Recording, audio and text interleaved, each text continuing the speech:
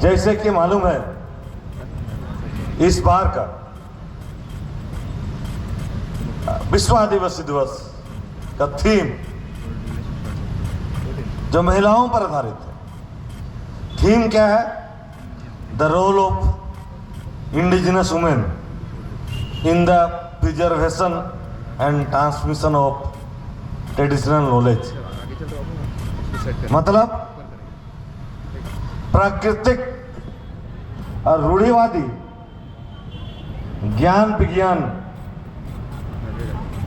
को हमारी आदिवासी महिलाएं कैसे संरक्षण करती है और कैसे आने वाले पीढ़ी को हस्तांतरित करती है, उसमें उनकी भूमिकाओं पर यह थीम आधारित है। जिसे शुरू में जो पुष्पा आनंदनी जो दसम फॉल्स आई है, उसने पत्ते का टोपी पहनाई। मतलब वो पारंपरिक है, वो प्राकृतिक है, ये प्राकृतिक ज्ञान है, उसका ट्रांसमिशन देखिए वो कर रही है। मतलब उसको बच्चा संरक्षण के लिए उसकी ट्रांसमिशन कर रही है, बता रही। हमारे आदिवासी में जो महिलाएं हैं, जब कोई भी गेस्ट आता है तो लोटा में पानी देती। उसको कौन बताता है कि लोटा में पानी देना है? माँ ही बताती है। आदिवासी महिला ही बताती, पिता नहीं बताता है कि हमारा परंपरा क्या है, हमारा रूढ़िगत व्यवस्था क्या है। इसीलिए उसकी भूमिका पर आधारित है यह थीम इस बार के विश्व आदिवासी दिवस। ये तो छोटा थीम नहीं है। और मुझे बहुत गर्व है और खुशी है कि आज इस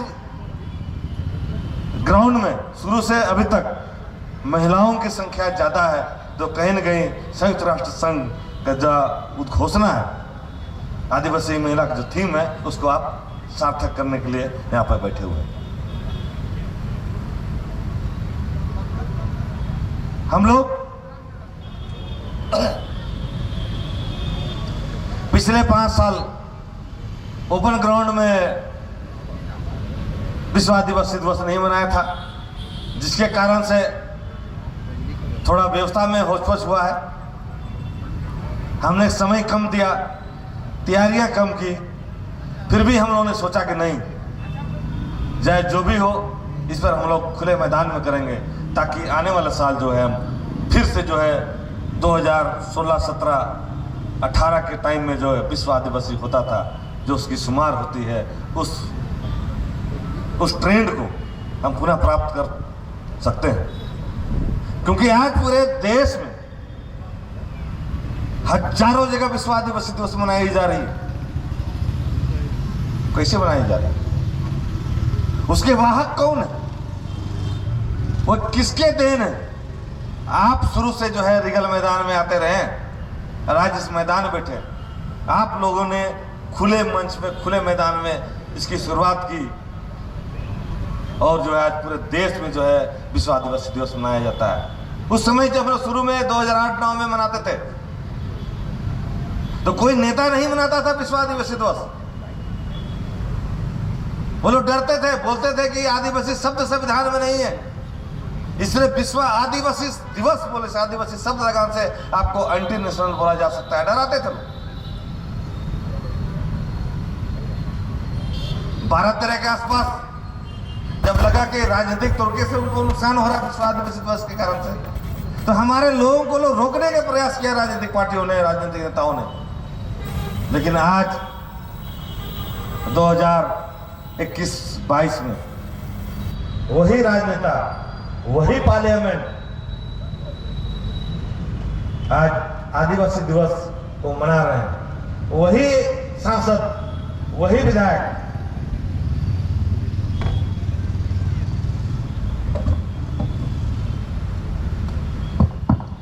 वही विधायक आज जो है पार्लियामेंट में जो है राष्ट्रीय अवकाश के लिए जो है वकालत कर रहे हैं, पैरवी कर रहे हैं, और वही लोग सबसे ज्यादा आज मना रहे हैं। इसलिए हमें खुशी है। और यहाँ आज भीड़ होने के 2 कारण है। एक तो बहुत जगह मनाई जा रही है, खुशी है कि जागरूकता आई। दूसरी बात क्या, बारिश था, उसकी वजह से भी आपका असुविधा हुई है। उसके बावजूद सोशल मीडिया और बहुत सा माध्यमों से जो है हम लोगों की बात जो है राष्ट्रीय स्तर पर जाएगी। राष्ट्रीय स्तर के बहुत सारे राज्यों से हमारे प्रतिनिधि आए हैं, इसलिए हम लोगों ने सोचा कि आज क्यों नहीं एक राष्ट्रीय प्रस्ताव लाया जाए, ताकि हम देश को मुद्दा दे सके। जो हम लगातार आपके माध्यम से जो है आप लोगों के आपके जो है आपका शक्तियों से हम पूरे देश को मुद्दा देते रहे। जिस प्रकार आनंद प्रकाश टप्पू ने कहा, हम जय जोहार जो बोलते थे, आज पूरे देश में जय जोहार का नारा गूंजता है। ये आपके दिन हमने स्थापित किया। गुजरात और राजस्थान के पार्लियामेंट में, विधानसभा में विरोध करते कि जोहार शब्द पे प्रतिबंध लगाया जाए। तो इतना ज्यादा जोहार शब्द का असर है उन राज्यों में। वहीं छत्तीसगढ़ में क्या है, इतना ज्यादा उसका प्रचार है जोहार शब्द का कि आप अगर सरकारी अधिकारी हैं, अगर आपको सरकारी अवकाश चाहिए होगा तो आपके एप्लीकेशन में, आपके आवेदन में लिखना पड़ेगा डियर सर। नहीं, डियर सर लिखेगा तो छुट्टी नहीं मिलेगा, आपको लिखना पड़ा है जोहार सर, मुझे कई दिन का छुट्टी चाहिए तब मिलेगा। तो ये आपकी बदलाव हम लोगों ने इसी मैदान से आपके माध्यम से पूरे भारत देश में लाया। तब 5वीं और 6वीं अनुसूची कोई बोलता नहीं था, लोग जानते नहीं थे, लेकिन आपने जो है मिलकर जो है, और हमने और आप लोगों ने मिलकर जो है 5वीं और 6वीं अनुसूची को पूरे देश में एक आवाज दिया, और पूरे देश में आज 5वीं और 6वीं अनुसूची गूंज रहा है, एक मुद्दा बन गया। तब कभी आदिवासी मुद्दा नहीं था राजनीतिक पार्टियों के लिए, मुस्लिम वोट उनके लिए एक मुद्दा था, लेकिन आज मुस्लिम उनके लिए मुद्दा नहीं है, बल्कि आदिवासी देश का मुद्दा है। यही कारण है कि द्रौपदी मुर्मू जी से एक आदिवासी महिला को जो है वे लोग राष्ट्रपति बनाने के लिए बाध्य हैं, मजबूर हैं। हमने मजबूर कर दिया, आप लोगों ने मिलकर जो है सरकार को मजबूर कर दिया कि आदिवासियों को आप जो है नजरअंदाज नहीं कर सकते। तो ये बदलाव जो है हम लोगों ने लाया। विश्व आदिवासी दिवस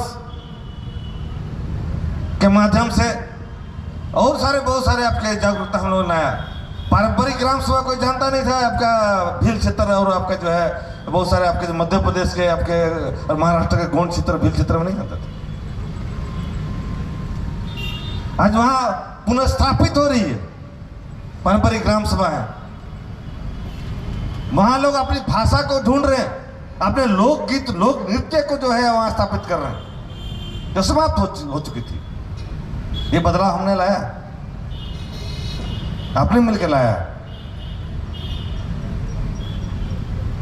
वे लोग कभी इस तरह से धोती और अपने पारंपरिक ड्रेस में नहीं रहते। आज का विश्व आदिवासी दिवस उठा कर देख लीजिए, देश के किसी कोने में देख लीजिए, आपका भील प्रदेश का 4-5 राज्य देख लीजिए, सभी लोग पारंपरिक ड्रेस में है और लाखों लाख संख्याओं में है। ये बदलाव हमने लाया इस मैदान के माध्यम से, आपके माध्यम से। इसलिए आपका ये भीड़ जो है कम जरूर दिख रहा है, लेकिन हताश होने की जरूरत नहीं है। आपके ये भीड़ जो है, जो भिड़ने वाली भीड़ है, ये बहुत पावरफुल है और बहुत ताकतवर है। आपका संदेश जो है पूरे देश में जाता है। तो इसीलिए हम लोग आज यही मंच से आज पूरे देश के लिए आपके माध्यम से संदेश देना चाहते हैं, ताकि यह संदेश मैं देने जा रहा हूँ राष्ट्रीय प्रस्ताव, यह मुद्दा पूरा देश के लिए बने, सिर्फ यहाँ के लिए नहीं। इसी मुद्दों में लड़ाई हो, पूरे देश में हम आंदोलन करेंगे सब मिलकर।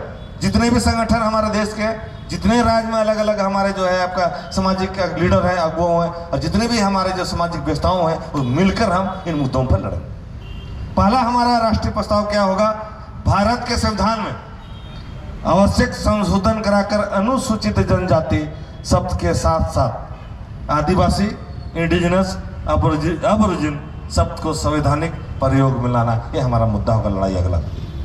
जिसे टेकाम जी ने बता दिया कि क्यों जनजाति शब्द आदिवासी के लिए है, लोकतंत्र शब्द इस्तेमाल किया, जनतंत्र किया, जनजाति किया। इसीलिए अब हमारा मुद्दा जो होगा, अनुसूचित जनजाति को संविधान से हटाना नहीं है। अनुसूचित जनजाति संविधान में रहते हुए हमें अलग से उसी अनुसूचित जनजाति को आदिवासी शब्द, अबोरिजिन शब्द से भी संवैधानिक प्रयोग में लाने के लिए सरकार को हम बाध्य करेंगे। यहाँ से हम लोग ये प्रस्ताव जारी करते हैं। आप लोग तैयार हैं? हम लोग बुलवाएंगे कि हमें आदिवासी बोला जाए, भाषण में तो बहुत बोलते हैं आदिवासी आदिवासी, बट संविधान में लिखते नहीं। तो हम लोग इसी मंच से आप और हम मिल के जो है अगला साल जो है पूरे देश में जो है इस पर आंदोलन करेंगे और सरकार को बाध्य करेंगे कि अनुसूचित जनजाति के साथ साथ हमें आदिवासी भी संवैधानिक शब्द दिया जाए। ठीक है, ठीक है आप लोग, ठीक है। दूसरा प्रस्ताव जो कि आज पूरे सांसद, पूरे राज्य के सारे राज्यों के मुख्यमंत्री, सारे लोग जब आदिवासी दिवस मना रहे हैं, कॉर्पोरेट जगत भी मना रहे हैं। कॉर्पोरेट आपका जो है पूंजीपति भी मना रहे हैं। आज आपका जो बहुत जगह आपका मनाई जा रही है, आपका पूर्वी सिंहभूम में, आपका रीगल में भी मनाया जा रहा है। ठीक है, तो मैं उनको कहना चाहूंगा जो मना रहे हैं कि जब तक आदिवासी स्वयं सक्षम नहीं हो तब तक कॉर्पोरेट को मदद करना चाहिए कि वो दिवस मनाए, मदद करना चाहिए। लेकिन जब वो सक्षम हो जाए और स्वयं मनाना चाहता है तो कॉर्पोरेट अगर डिस्टर्ब करती है, उसको मनाने से रोकती है, तो इसका हम विरोध करते हैं। मैं किसको कहना चाह रहा हूँ, यहाँ इंटेलिजेंस होंगे जरूर वो बताएं मैनेजमेंट को कि मैं किसको कहना चाह रहा हूँ। क्या इस प्रोग्राम को डिस्टर्ब किया गया कॉर्पोरेट के द्वारा?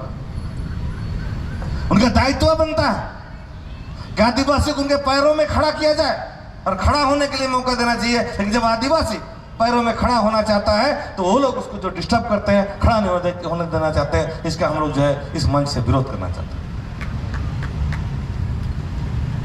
क्योंकि अगर हमें नाचना गाना हो, कोई कॉर्पोरेट को दिक्कत नहीं है।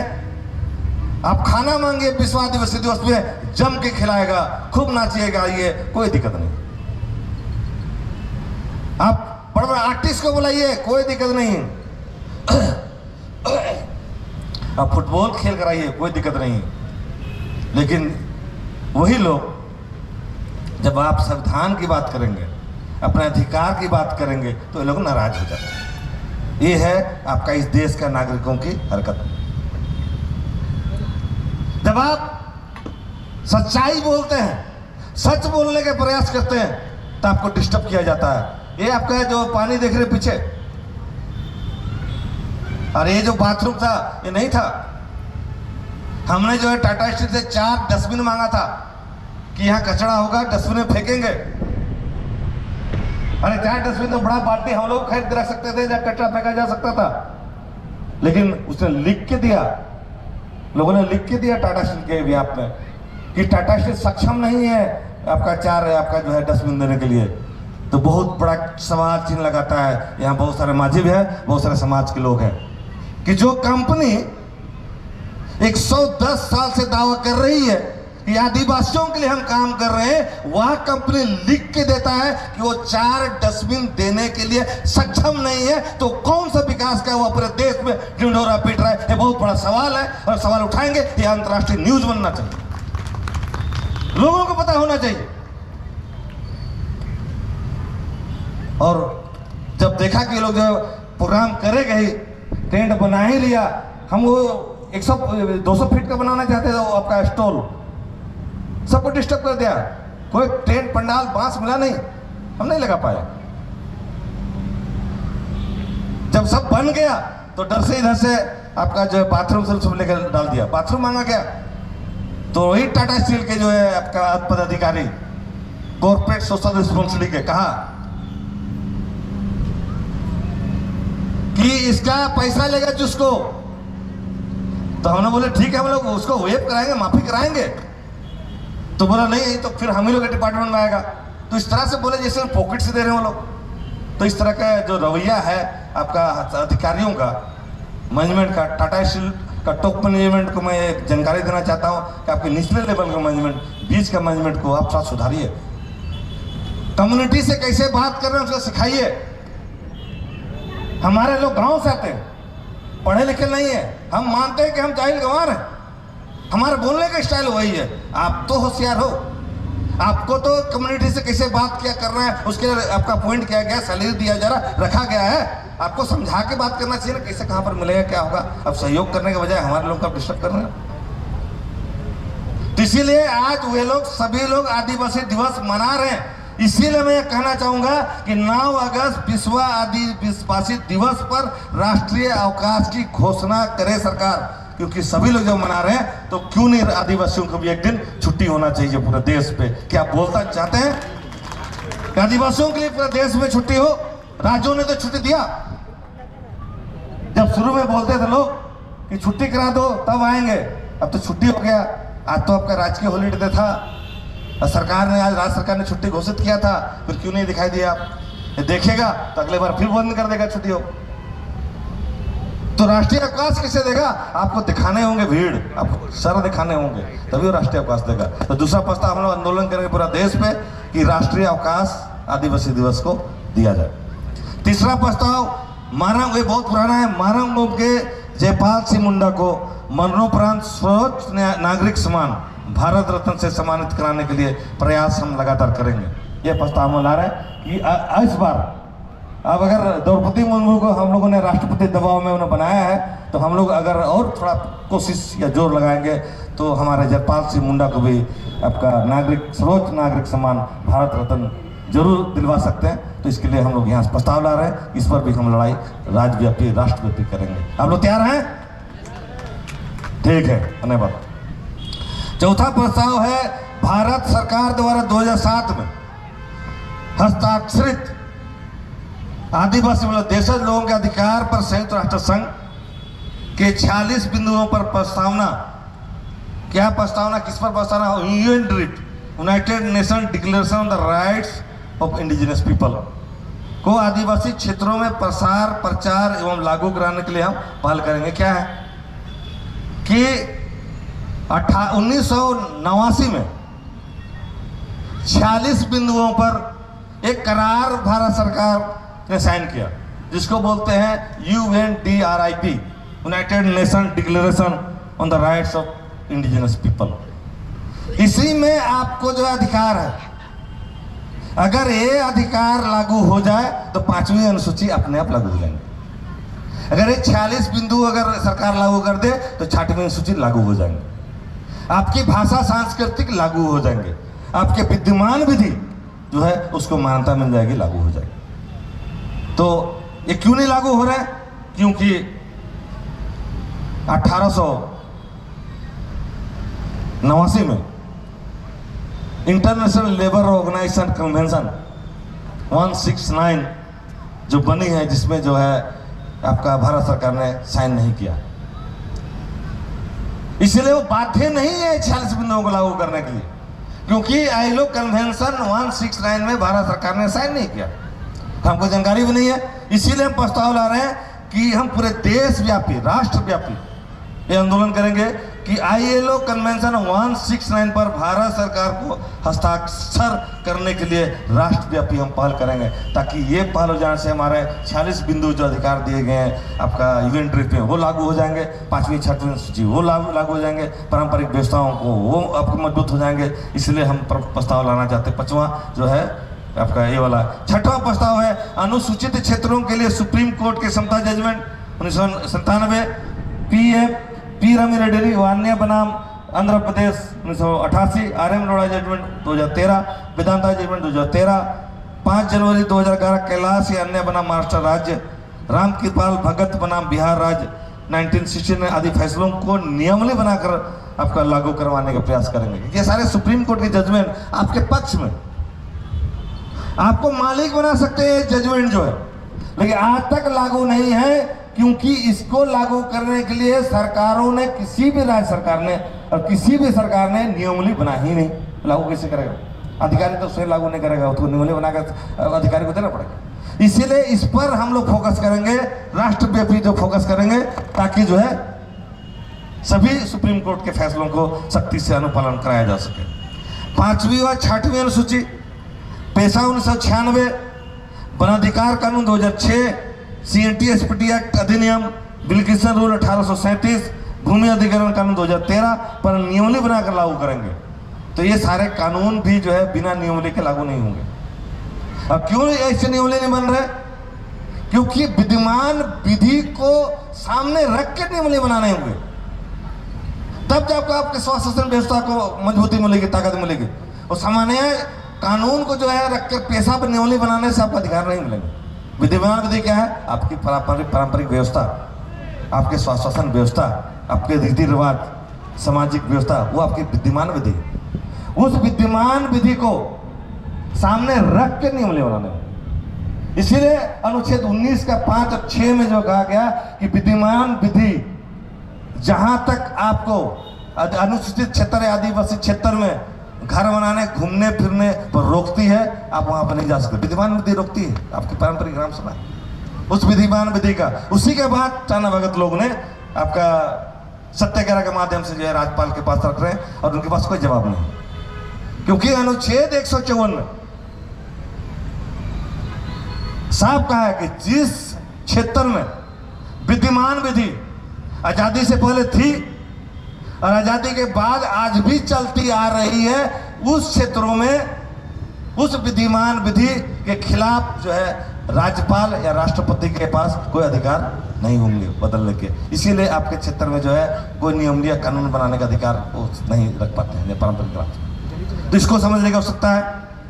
अनुसूचित क्षेत्रों या अनुसूचित जनजातियों के CNT-SP एक्ट वाली जमीनों पर असंवैधानिक एवं अवैध तरीकों से महज नोटरी पब्लिक के माध्यम से कराए गए सभी लीज, इकरारनामा, दान पत्र को रद्द करवाने का पाल के ये सबसे बड़ा मुद्दा होगा। इसको ध्यान से सुनेगा, ये सबसे बड़ा मुद्दा होगा। हो सकता है कि पूरे राज्य में और देश में इसको लेकर आंदोलन करेंगे और कई एक सरकारें इस बिंदु पे गिरेगी। क्यों मैं बोल रहा हूं ऐसा? क्योंकि झारखंड में या पूरे देश में आज जो हम लोग आवाज करते हैं, बोलते हैं, ये कानून ऐसा है, जमीन कैसे ले लिया, CNT एक्ट है, जमीन कैसे ले लिया, अनुसूचित क्षेत्र है, जमीन कैसे ले लिया, सुप्रीम कोर्ट जमीन कैसे, क्यों? वो लिया नहीं है, उसने 200 रुपये का टिकट एक लगा दिया है एक कोर्ट का पेपर में, और एक नोटरी पब्लिक जो है वकील ठप्पा मार के दे दिया, अग्रीमेंट 2 के बीच कर दिया, लीज 2 के बीच कर दिया, करार 2 के बीच कर दिया, दान पत्र कर दिया है, और बोलता है कि जमीन आपको दिखा देता वही कागज, पुलिस को भी जाकर वही दिखाता, पुलिस को पैसा दे देता है। तो पूरे झारखंड में 80 से 90% जमीन इसी तरह